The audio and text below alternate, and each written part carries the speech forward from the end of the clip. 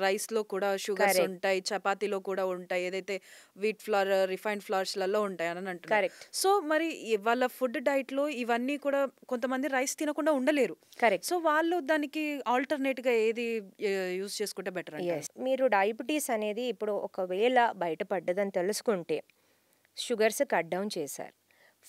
Rice తినడం మానేశారు. నా ప్రశ్న ఒక్కటే, ఎన్ని రోజులు?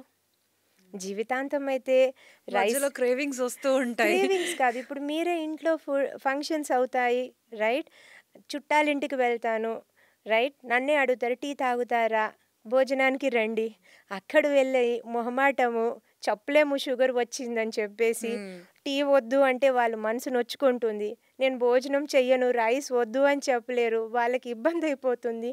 ఇన్ని ఇబ్బందులతోని మీరు సతమతమైపోతుంటారు. ఆ స్ట్రెస్ అనేది రాను రాను నా పేషెంట్స్‌లో కూడా చూస్తుంటాను. చుట్టాలింటికి వెళ్ళడం ఆపేస్తారు. హ్మ్. సో, అలా కాకుండా ఒక్కటి గుర్తుపెట్టుకోండి. మళ్ళీ మోస్ట్ ఇంపార్టెంట్ ఏంది అనంటే, సరే రైస్ తినడం ఆపేశారు. మళ్ళీ తినడం స్టార్ట్ చేస్తే షుగర్ పాయింట్ పెరిగిపోతుంది. పెరిగిపోతుంది.